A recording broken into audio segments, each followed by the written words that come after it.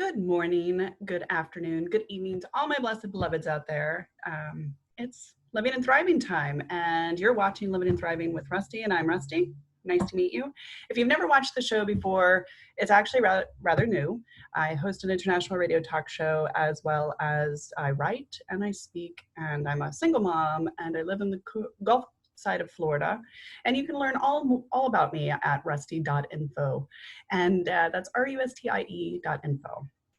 I'm doing this mini series with the intention of sharing people from all over the world, sharing their stories as to how they are handling the pandemic. Each and every person's doing it differently. Each and every person is doing it with enthusiasm, and they have some great tips and tricks as to what you can do in your very own home to live and thrive beautifully. Today, we're going to be in Spain. Go figure. Like I said, you're watching Living and Thriving with Rusty, and I'm having some computer problems. I don't know about the camera thing, but you're not even going to be looking at me really anyway. You're going to be looking at my guest, Lauren. And I'm really excited to meet her because I actually have known her mom for a really long time, part of the celiac community. And Lauren is a friend from Spain. How is the dynamics out there? Like, we don't hear much about what's going on and the feeling and the vibe. And I know you're going to a birthday party later, so ish. Well, the birthday party is actually, today's my niece's first birthday. So we're doing a Zoom call. She personally won't probably realize what's going on, but that's okay. I mean, it's any excuse for the family to get together and have a Zoom call.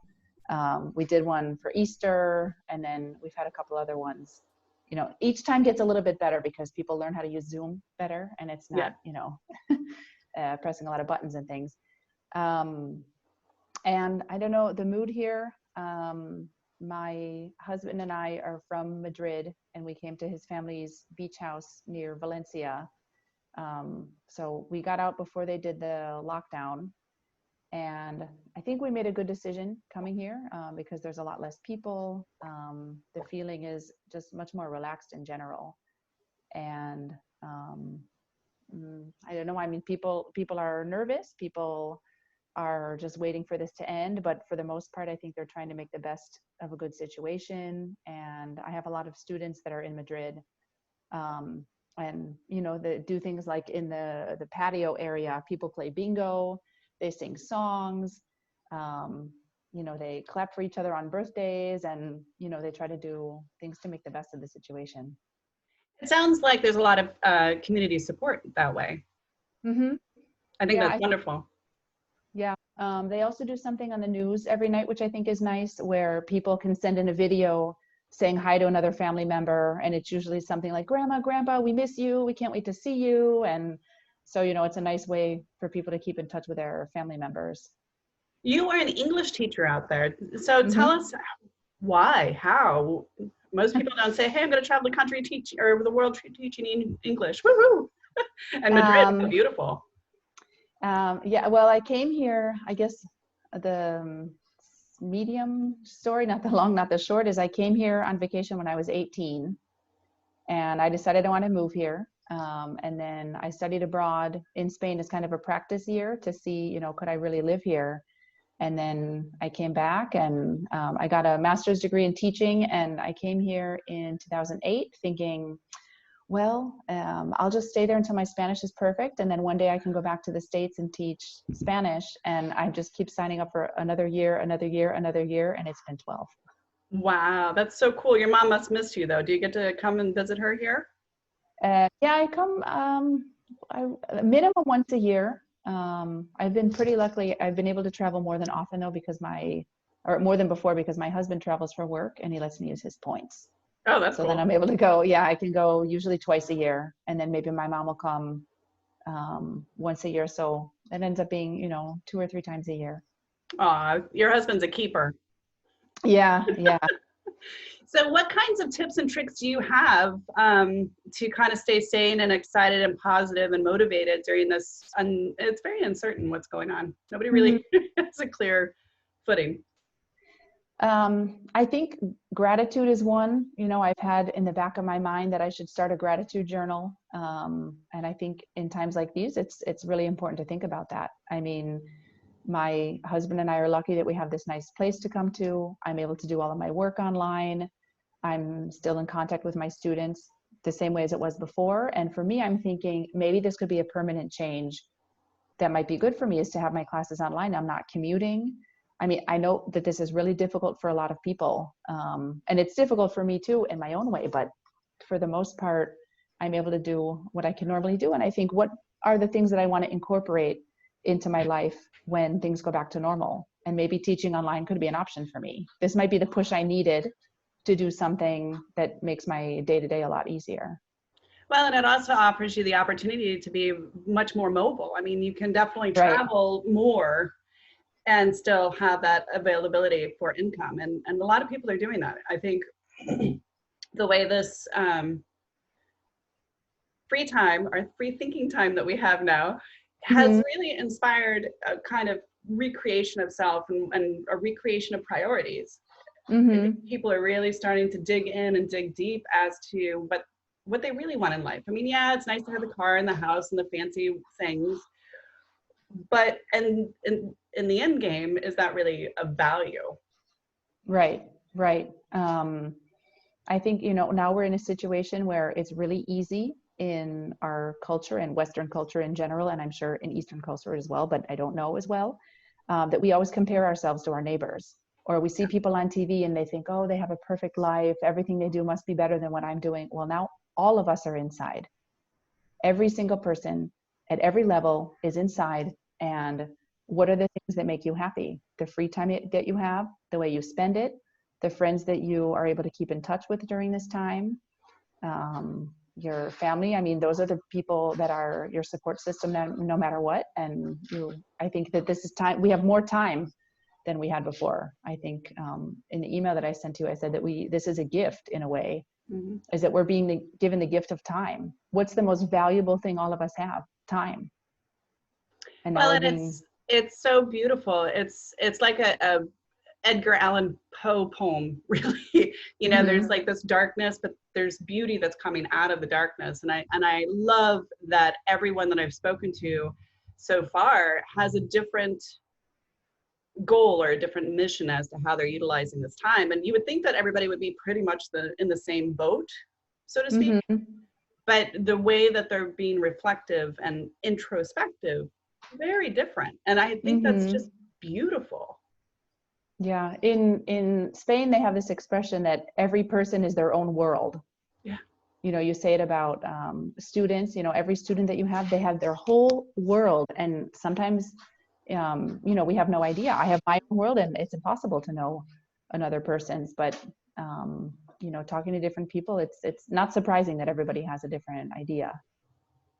What are your So, students saying? What are their goals or hardships? You know, because everybody's doing this. What is yeah. kind of the feel? I think some of the ones that have an easier situation are ones that have a garden that they could go outside and walk around in and get some fresh air, because we're on total lockdown. We Yeah. can go to the pharmacy or the supermarket. And if you come back from the supermarket, you need to have a receipt that shows that you went. Wow. I mean, um, here where we are, the police drive around a couple times a day. They're not stopping you on the street, but I've heard people in Madrid are stopped and they have to explain where they're going.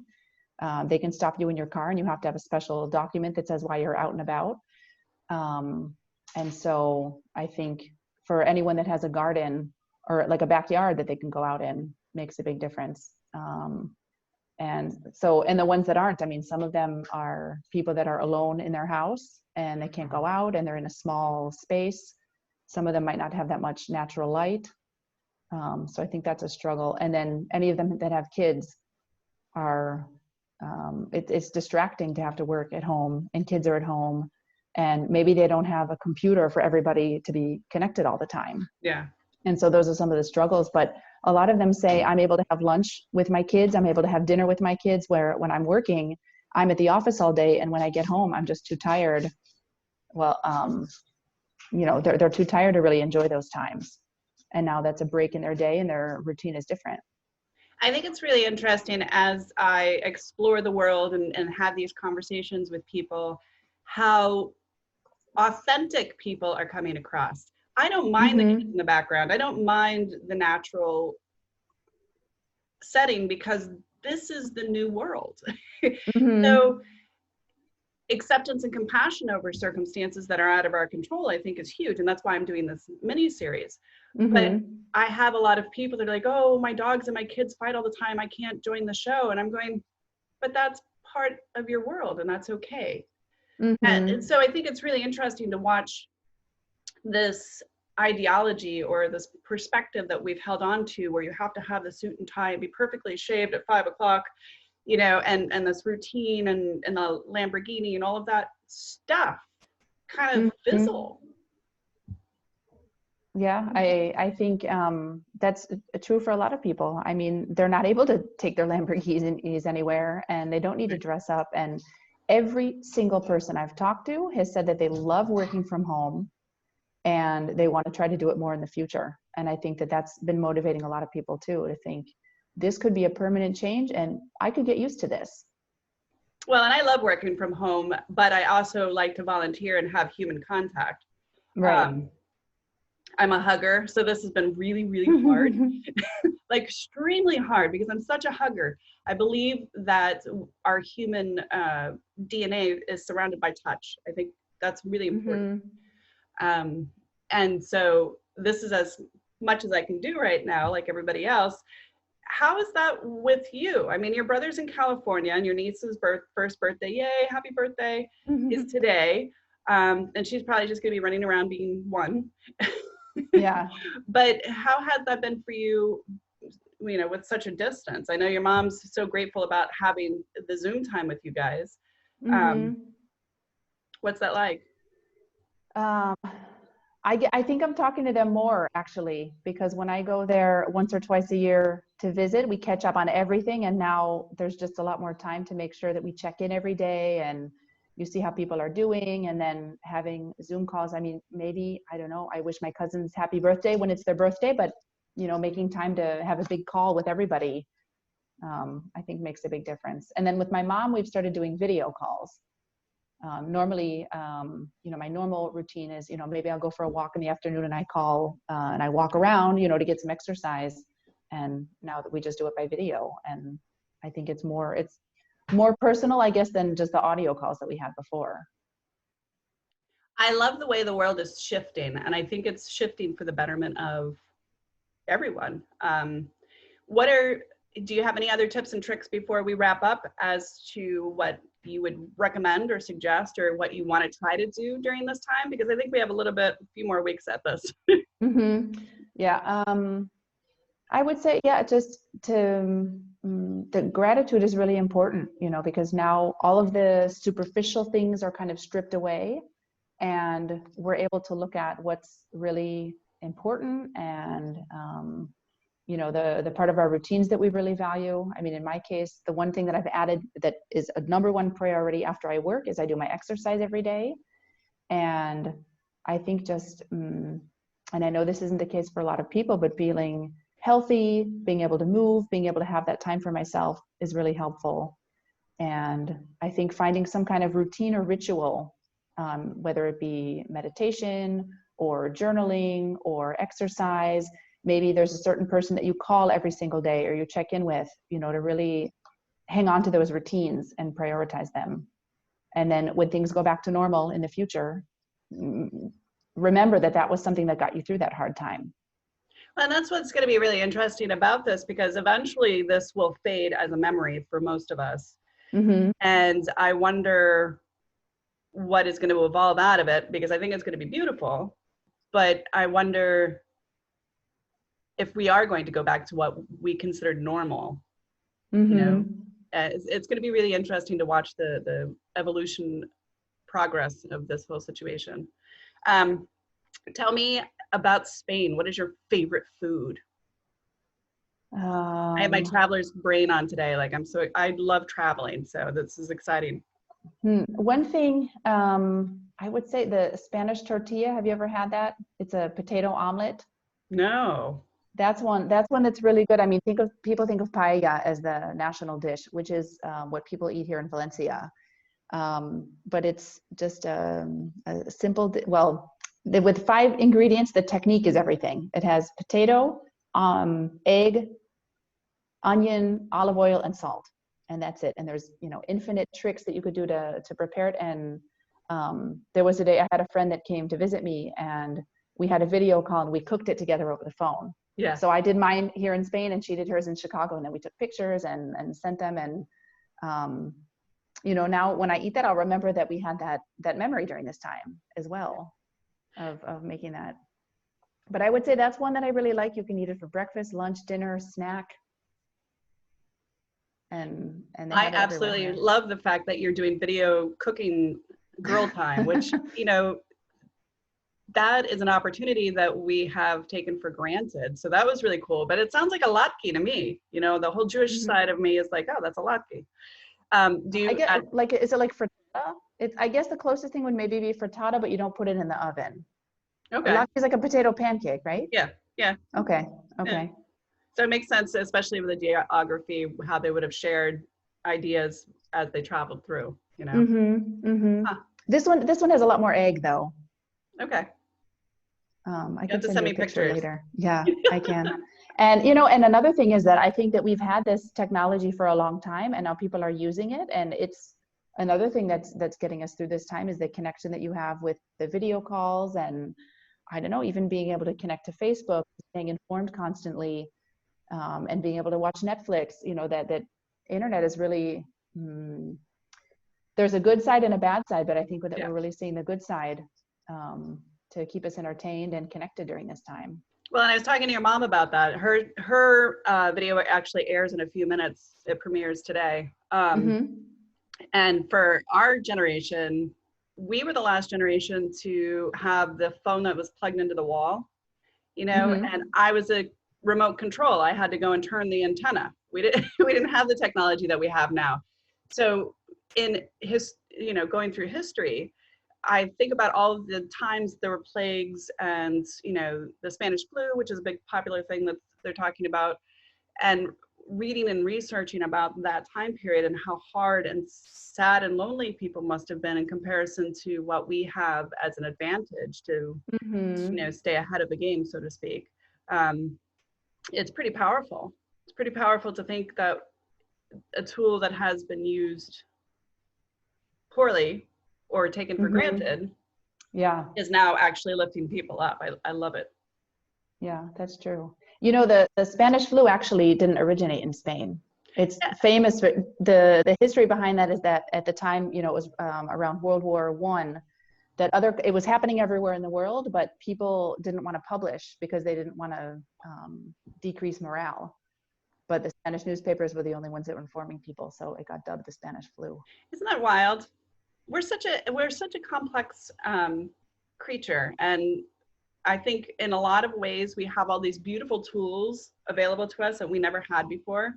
I think you're pretty close to my age, and yet we don't research, or we just take things as is, face value. And I think this process that we're going through on an international level is encouraging people to be a little bit more sleuth-like, you know. We want to kind of dig into the bits and pieces because it just doesn't seem quite right. And we have time now. Yeah. And we have time. I mean, I remember in my kind of before, I think I've been thinking about, you know, my before life and what will my afterlife be like. And in the before, you know, maybe you receive a little message, you read what you can, you skim it, and then, okay, I've got to go here and I have to be there. And now I can sit and read an article and pay attention to it and link to the other things that it links to. And I think that's really valuable as well. Well, and it's really interesting to watch people unprogram themselves. We have managed to fill our lives with such a fast food, stuff, busy. And in some ways we have let go of that human contact, we just don't have time, right? And now we have all the time in the world and we have to reprogram that information in our body. It's really, it's interesting to see what's happening. Yeah, I agree. Well, do you have any last parting words as we wrap up and you get ready for your niece's birthday party? Um, Not that I could think of. I mean, it's okay to have a bad day. I mean, this is hard for everybody. But, thinking about those things that are positive and that you are grateful for. I mean, even if you have a bad day and you feel stuck in the house or scared or even lonely, reach out to someone. Reach out to someone, write down how you feel, compose a song, bake something that you wouldn't normally take the time to bake, and enjoy this time that we've all been given. I know. I actually lost quite a bit of weight before this damn pandemic. And since I'm near my stove all the time, I've gained some back. I'm not very happy. I'm trying to maintain, but I don't have a scale here, so I don't know. No, my buttons on my pants are practicing social distancing. So okay. yeah. I have stretchy pants, so I don't know. Yeah, that's what I'm going to have to pull out, I think, my yoga pants. Anyway, Lauren, it's been a real treat, and I'm glad that you're safe and everything's going well for you. And I'm glad that you are looking into a gratitude journal. I absolutely swear by mine. Mm-hmm. And every morning on my Facebook, I post a lengthy positive list of all the things that I'm grateful for, because I know that it inspires other people to sit back and take a minute to do that. So absolutely go, girl. Yes. Yeah, thank you. Yeah, I've had a blog that I've had more time to write on. Oh, dish. As a result, that's another thing. Well, I just started by calling it the most interesting thing I've seen today, because sometimes I'll have a class with some of my students and I'll end up talking about the same thing for a week with all of my different students. And it's interesting to see what everybody has to say about this. So I thought maybe I could write a blog about, I don't know, this article that I find that I think is interesting, or an NPR interview that I use for class. And that's kind of how I started it. And then with this, I mean, the most interesting thing that any of us are going through is this situation. So I've started that, and it's kind of helped me get over the hump that, I'd like to be a writer, but I'm afraid to show my work to people. And so this has helped me to take time to do it every day and to publish it. And if people read it, great. And if not, that's okay too, but at least I'm doing it. Well, and that's really exciting. You'll have to give me the link so I can post it under the video, because It is, who cares? We're at a place in time where all of that stuff has no bearing anymore. And you're old enough where you understand that whatever that person is judging is their business. It has absolutely nothing to do with you. What you're feeling on the inside is their words. And don't worry, you go, girl, you get it. Get it. Yeah, thank you. It's exciting. I blog as well, and I don't write well, but I have an almost 200,000 person international audience. And Good. it's because, you have to do it every day, but you have to love it. And if you find that you love this, run with it. Don't turn back. It's just so beautiful to have the ability to share with other people, because sometimes your words hit the right person at the right time. And that's beautiful. Yeah. Well, I can publish my gratitude journal then. Yes, absolutely. And don't forget to connect me. And okay, I will. Yeah. And that way I can share too. Okay. All right. You have a beautiful day. Enjoy your celebration. 1 year of age. Good gravy. I'm 44. So yeah, I've had a lot of birthday cake. Yeah. Well, thank you so much. Bye. Enjoy and good luck with your project. Take care. Thank you. Bye. You're watching Living and Thriving with Rusty, and I'm Rusty, and that was Lauren. She is fantastic. She is an English teacher in Spain from America, and we had her mom on this show a few days ago, and she is going to inspire us. I know she is. Her mom's an inspiration, so it's in her DNA. Until next time, know that you're loved, know that you're beautiful, know that this is an opportunity to recreate yourself. Come up with a mission plan.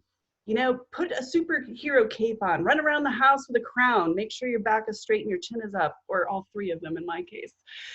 It's all good. It's beautiful, and take advantage of this time. Until then,